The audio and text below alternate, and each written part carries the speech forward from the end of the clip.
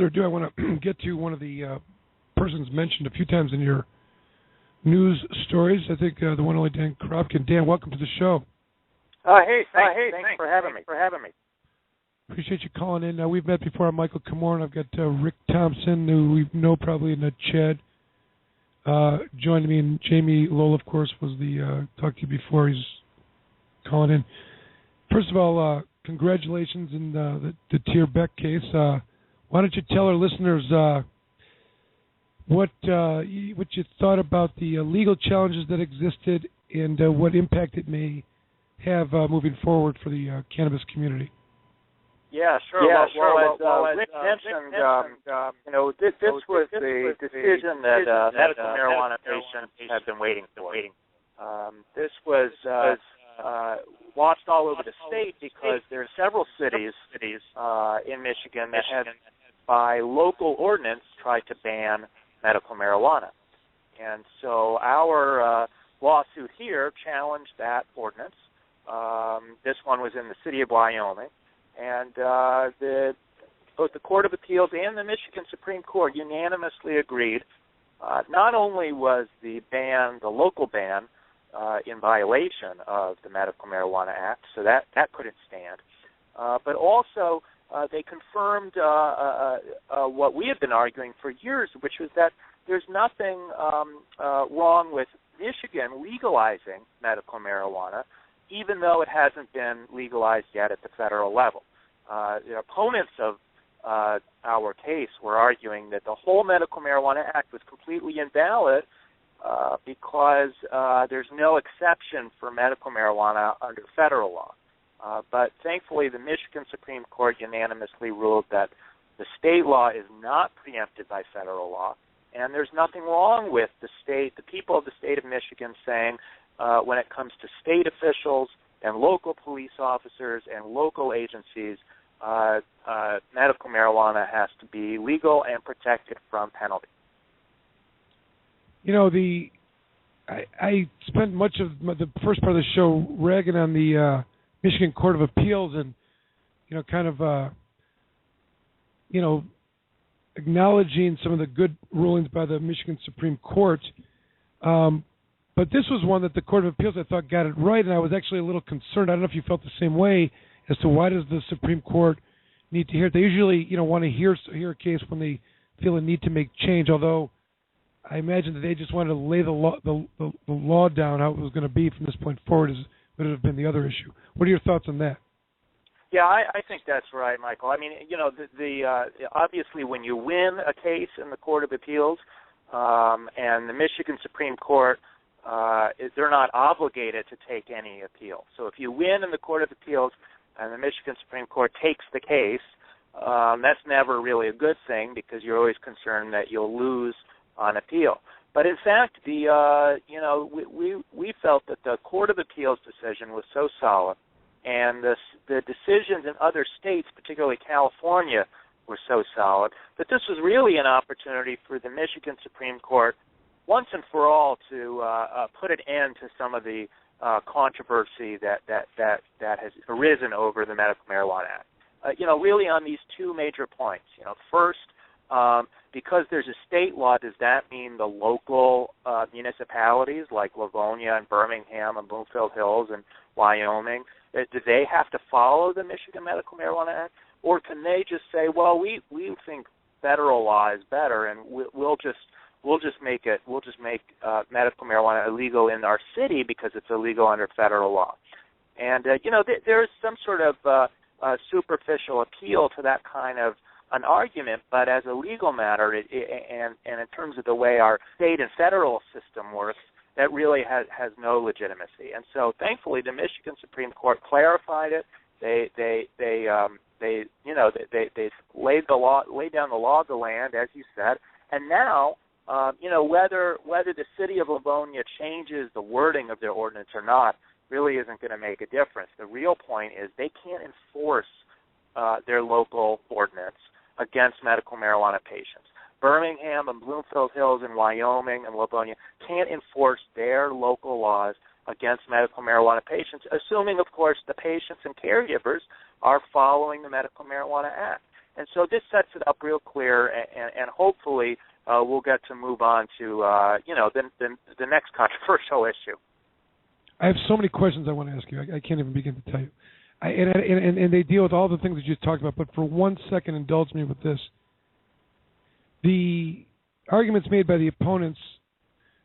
Were you ever asked, well, counsel, what if the opposition is correct in that you have to argue this from a position of that the Federal Controlled Substances Act doesn't preempt when applied directly? You know, there's been the argument that is, what I'm trying to get is, I guess, the argument being made that there's language within the Federal Controlled Substances Act that references, you know, the states to be able to carve out, you know, for medical. There's language in there that lends itself to seemingly, you know, because every federal law has a preemption section to it. The congressional laws give some kind of intent of how they want the federal law to interact with the state law, and it's usually regularly articulated within the statute. But there's been arguments made that even looking at the federal law, you know, even if you were arguing with the judge at the time of whether it's preempted or not without different preemption analysis, you know, that it in fact is not preempted in terms of the use of it, I should say. Would you agree with that? Indulge me for a couple of seconds, and then let's go on to the more relevant topics.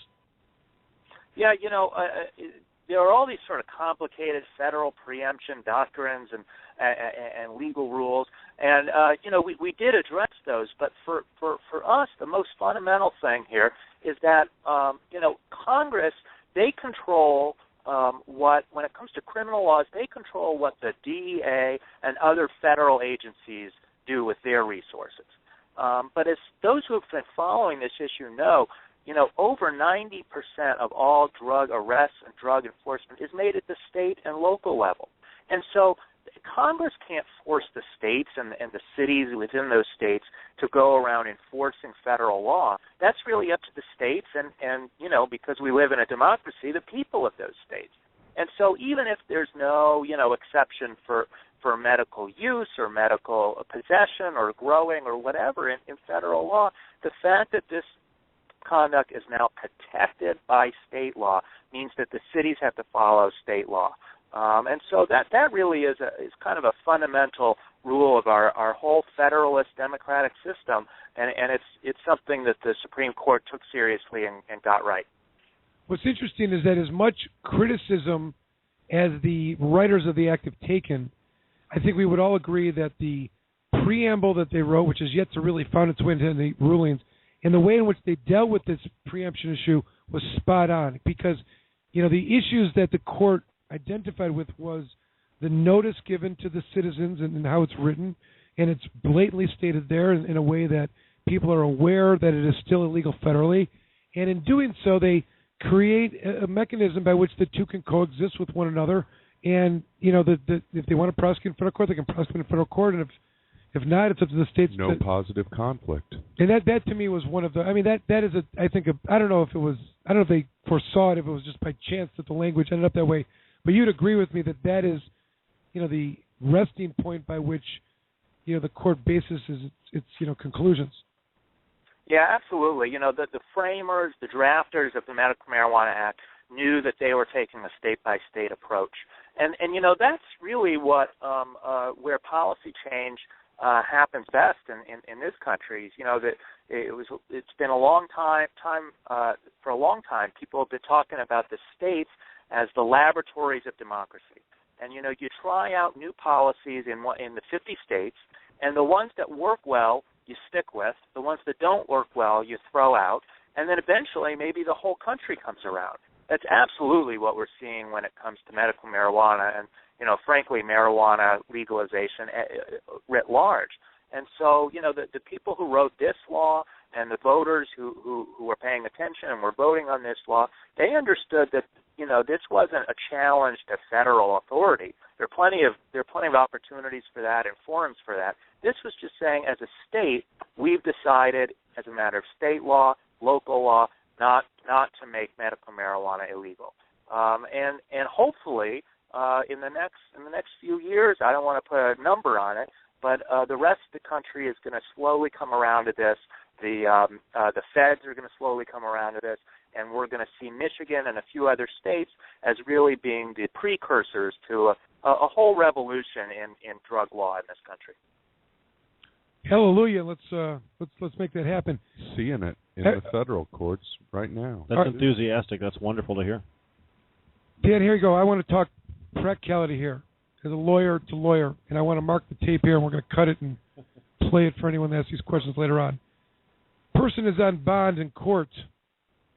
They say they're a medical marijuana patient. The judge says, sorry, the bond conditions that we have are you cannot violate any state, local, or federal laws. Or our probation statute says that on probation you cannot violate state, local laws.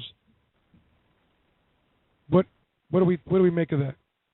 Yeah, I think that's going down. I mean, there's no doubt that when you're on probation or out on bond, the judges who are supervising the individual who's been charged or convicted of a crime, they have more discretion to limit your personal conduct.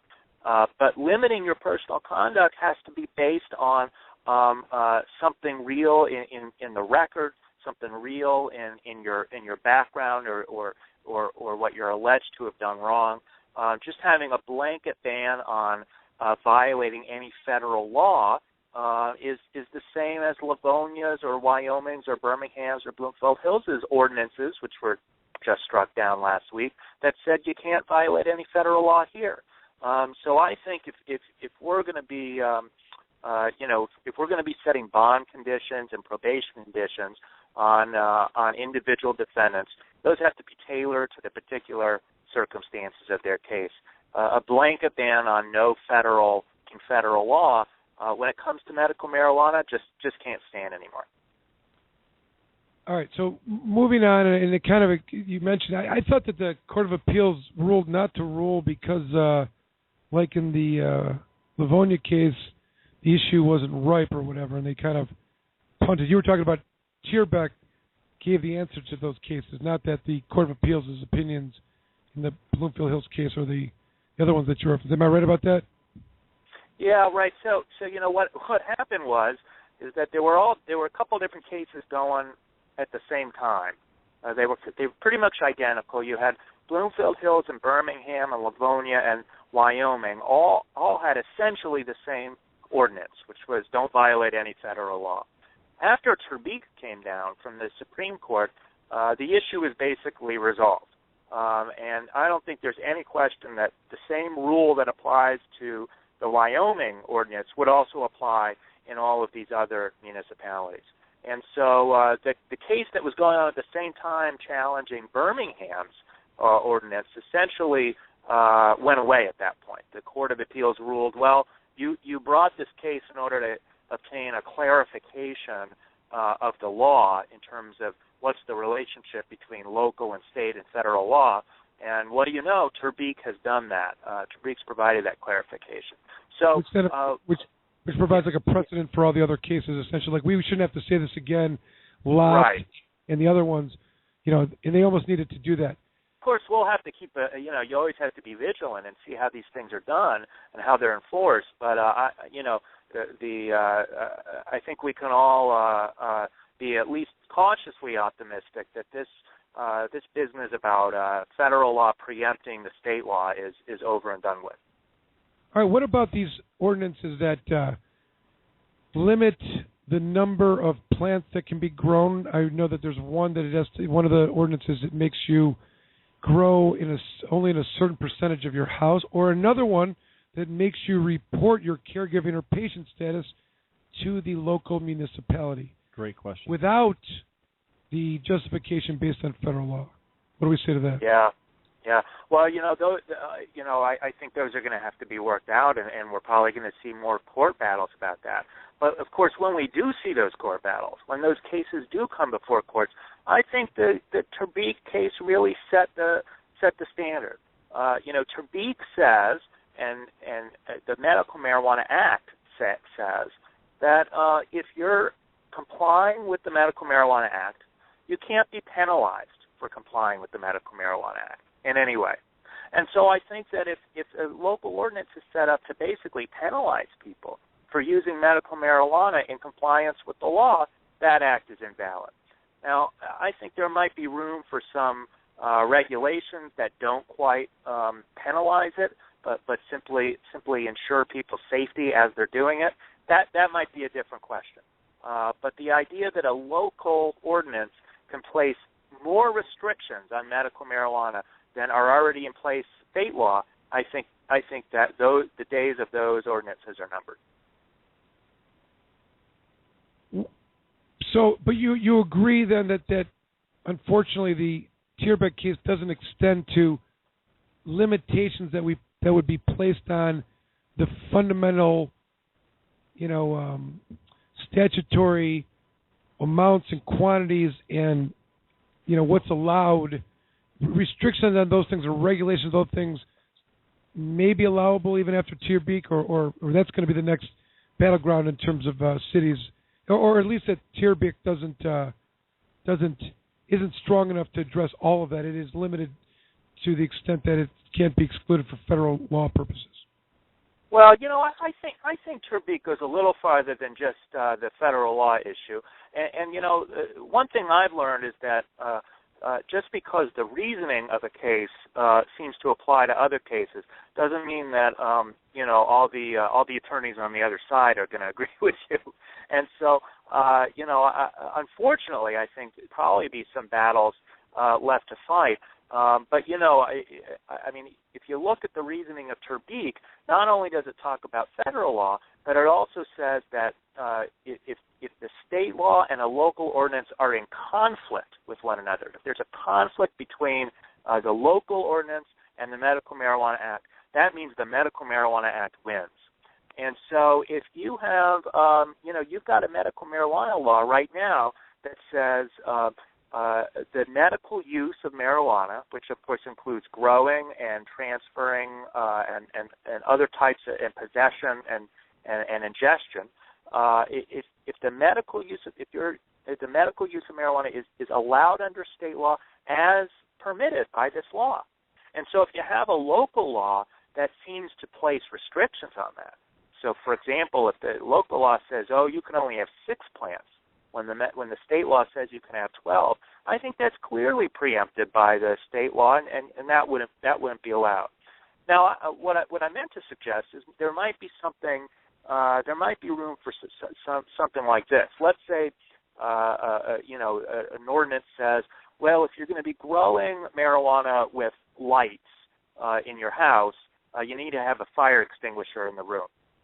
Well, if you don't have a fire extinguisher in the room, you're not being penalized for growing marijuana. You would be penalized for not having the fire extinguisher.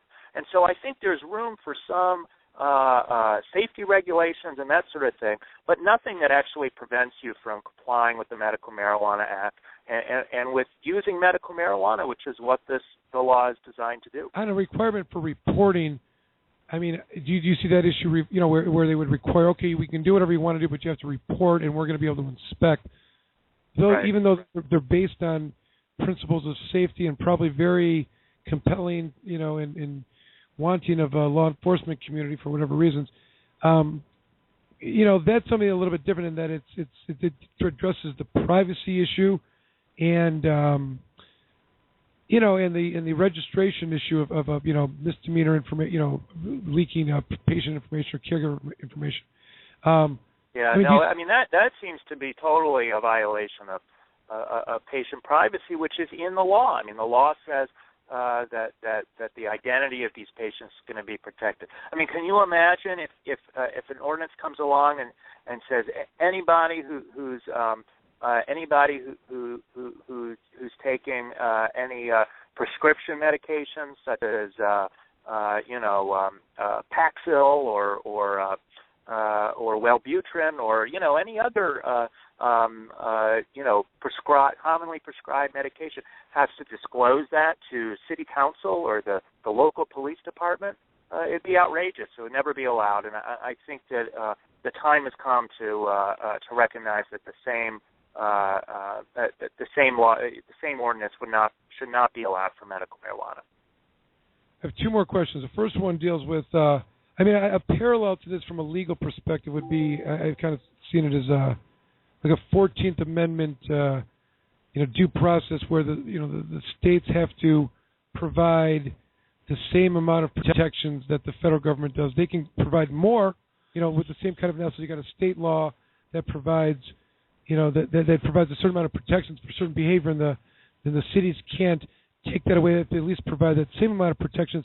But can the cities, and there's some language in the opinion at the end. It's, I think, the last footnote, and I'm paraphrasing, but it's something to the effect of, listen, the opposition here for the cities who are now laying on the floor crying, that you lost your opinion. This doesn't mean that you won't be able to regulate it if necessary. Something like that. Like, that's what the language says. It sounds like. Right. Yeah. Could they? What does that mean to you? I mean, it could be either way. Like, could they expand? Could they say, okay, in the city of Ferndale, we're going to let you have 10, be a caregiver for 10 patients. And I mean, would the cities be allowed to do that? And what impact does it? What impact, if any? I know the answer, but I just hear what is the state law going to have on that if the cities want to empower, or does Ter Beek give that any more strength, one way or the other? I think that footnote refers to a couple of suggestions that were made at oral argument, which suggested that cities might feel like there was nothing they could do to stop a major public safety problem in their community, or a major nuisance in their community. So one thing that came up is our regular nuisance laws, and what I argued was I had this cartoon picture in my head of a house with marijuana smoke just billowing out of the windows and out of the chimney and out of the cracks in the door and everything, and causing all sorts of disturbances all over the neighborhood. And I said that you don't have to decide whether that is something that the city can't do anything about, but we know that the city can't penalize someone just for using medical marijuana. And so I think that that footnote, leaves open the possibility that if there are real problems that have nothing to do with just a patient using medical marijuana, the city wouldn't be precluded from dealing with that in the way that cities always do. But the real question is, if you live in Birmingham or Bloomfield Hills or Wyoming or wherever, you own a house, you're a medical marijuana patient, or you're a caregiver for up to 5 patients, and you're growing a few plants in your basement, or you're smoking marijuana in your attic, that ought to be allowed. And I don't think the Supreme Court is under the impression that if that kind of thing were prohibited, it would fall within that exception of the footnote. I actually have a couple more questions before I let you go, but I do want to just finish on this topic because there's 2 other things I think are relevant and I think people would want to hear your thoughts on. But when you're before the Supreme Court, what do you pull out, like when you left there and you were like talking about it with your colleagues, and how do you think it went, and after all the preparation that a fighter goes into and doing that, where you're just like living it and breathing it and trying to get inside of the heads of the justices. What do you giggle about, or what was fascinating to you in terms of what came up in the discussions amongst the justices? What is something that was just like totally, awed you or shocked you, if anything? Well, I don't know that I was shocked or too surprised by any individual question, but I was impressed with how engaged several of the justices were on all of the issues. The Chief Justice, who quite frankly doesn't usually vote on the same side as the ACLU on a lot of issues, was very much engaged in the case, completely understood absolutely what was at stake here. Justice Mary Beth Kelly and Justice McCormick were really trying to figure out, what if they were going to write this opinion, how broad should it be, how narrow should it be, and what were the key issues.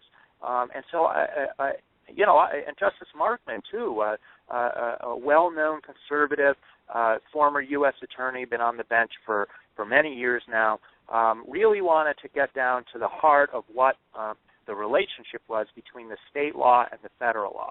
Now, at the end of the day, all these justices came together with a unanimous opinion that really settled these issues. And so I just like to think that, when it comes to this sort of thing, the justices were understanding that 63% of Michigan voters wanted to see medical marijuana decriminalized, legalized here in Michigan, and a small minority of city council people or local law enforcement officials couldn't nullify the results of that election. I don't know if you heard me ranting about the Larry King case, but in the context of, I guess, my next question, the Supreme Court has been like a real hero for the community. I mean, I have some criticisms of their, some of their analysis, but, the Larry King case put to rest the runaway train that was deteriorating the right to present a defense in this Section 4 connection to Section 7.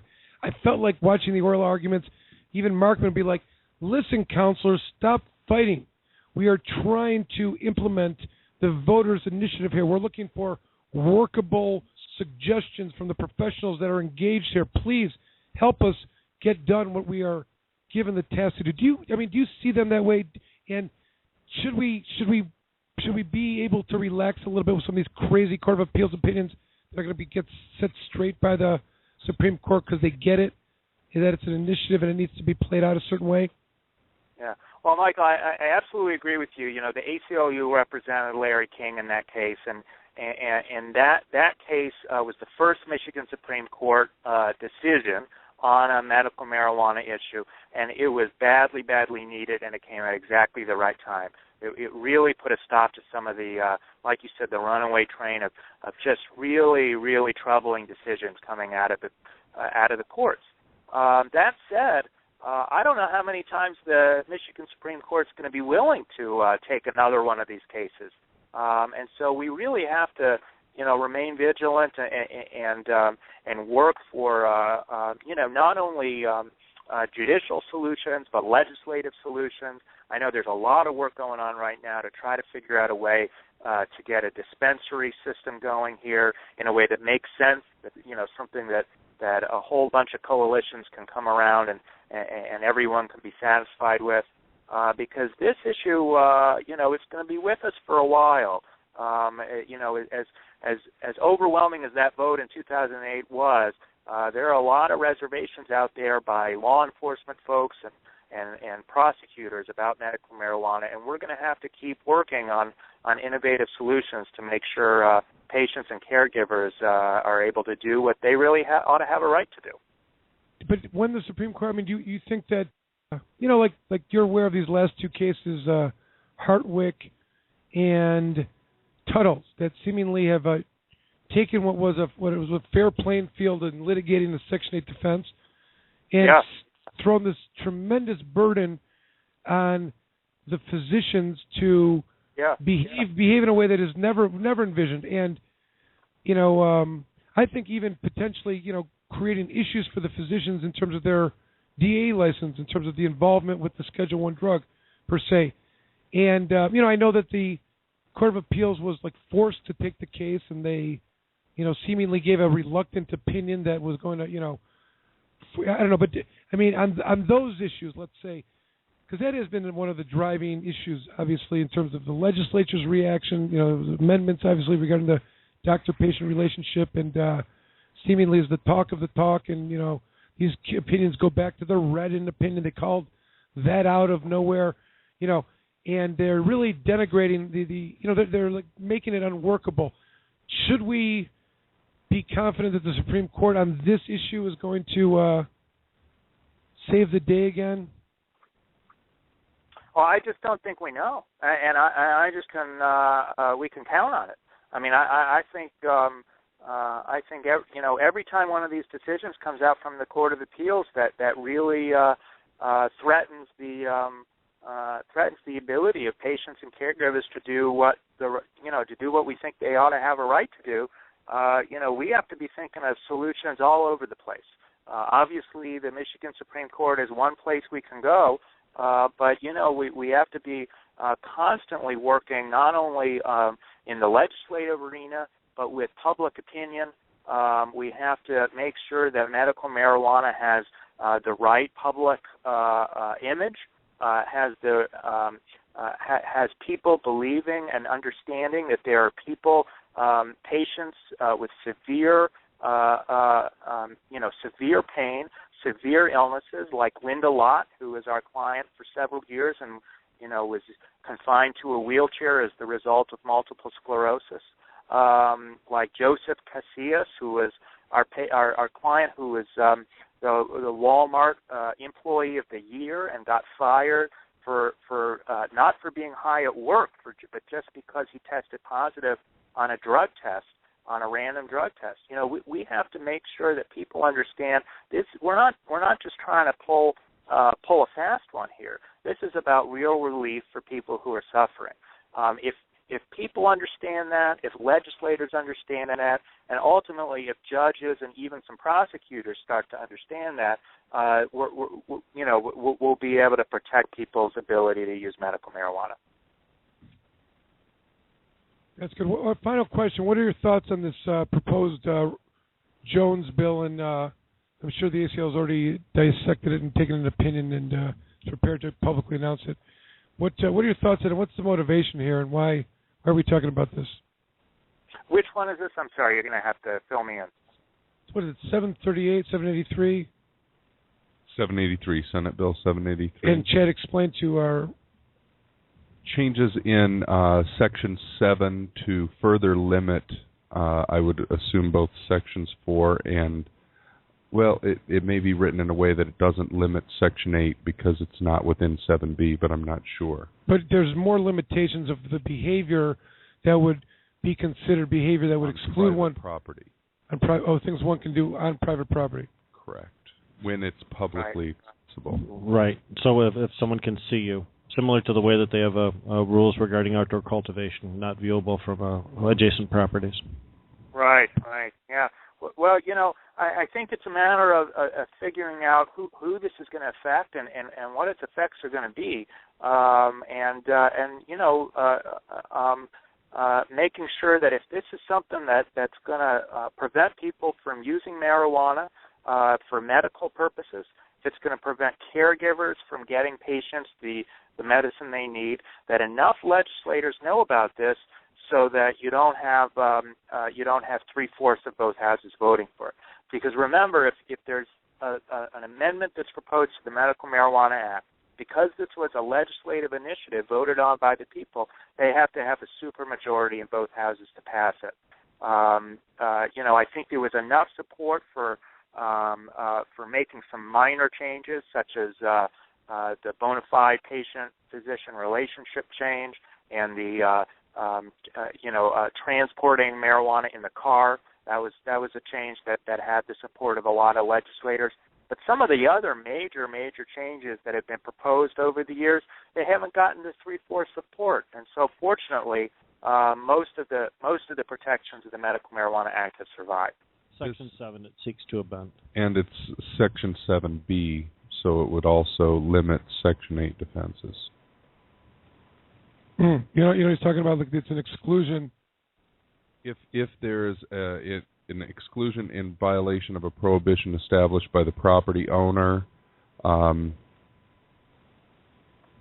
also, all right, any portion of private property that is open to the public.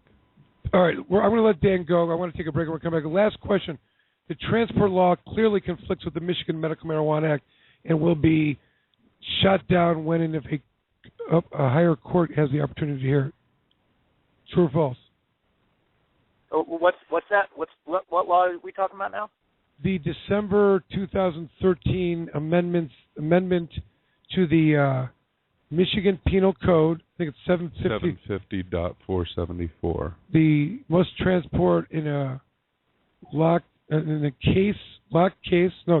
Also known as improper transport of medical marijuana. From the Walsh bills. Mm-hmm. Well, did it get 3/4 support? Well, it was a 50% vote, but they had, I think, 80%. I mean, it was a 50% bill. It was. I think you just go back and they count the vote, and if it's the supermajority, then it wins, and if it's not the supermajority, then if a court case comes up about it, it would be invalid. And so I think you'd have to go back and take a look at the vote and figure out in what ways it restricts current medical marijuana, the current medical marijuana law. I always felt that, like Kuhn, which looked at the conflict of the Michigan Vehicle Code, Motor Vehicle Code, and Section 7E, any law that conflicts shall lose to the Michigan medical marijuana. They've let the Public Health Code win in that debate, but I always thought, this is it's a Michigan Penal Code. It's not, even if it is a 75 vote, putting those two things together, one's got to win over the other. That law did not. They didn't amend Section 7 correctly. Yeah, this is a different law. It didn't amend the act. You know what I mean? I see. Right. Yeah. Well, then maybe you're right. The 7E section is getting a little technical here, but the Medical Marijuana Act explicitly says that other acts inconsistent with it, are superseded by the medical marijuana law. So in that sense, People versus Kuhn is the controlling authority, and the medical marijuana law wins out. But one thing you really put your finger on is a lot of these things have to wind up in court, and then you have to see who the judges are, and wait a number of years. This whole thing, just going back to Ter Beek, the idea that a city could ban medical marijuana, and even this notion that the whole Medical Marijuana Act could be invalid under federal law, it was 5 years before we got the answer to this question from the Michigan Supreme Court. And so these things can take a long time. It's a number of years, and it's not an easy fight, and it doesn't happen overnight. My comment was it took us 6 years to know what we knew on day one, and what a waste of. Right. Same with Larry King. I mean, that poor guy. To finally get the resolve and the significance of his case. Dan, I'm going to let you go. I really appreciate you hanging in with us for this long and putting up with my questions, and it's always a pleasure to talk to you and hearing you fighting the good fight for our community and all these really critical, important issues. And thank you very much for what you do and coming on the show. Thanks a lot. Well, you're welcome. I'm happy to be here, and keep up the good fight. You too. Thank you very much. Thank you for calling in, Dan. Dan Korobkin, everybody. Take care. Attorney, great guy, fighter of justice, Larry King's lawyer, Ter Beek's lawyer, setting the record straight. It really is tragic that so much had to go on. This is what I want to do. I want to take a quick break. You're listening to Planet Green Trees. We've got about 41 minutes left. I know we've got our next guest in the queue, and we're going to get right back to you. And I see there's some other people that want to get on the air. We're going to get in, and we're going to intertwine some caller listeners into the conversation. So stand by. We'll be right back. Caller numbers 1-347-326-9626. We will be right back.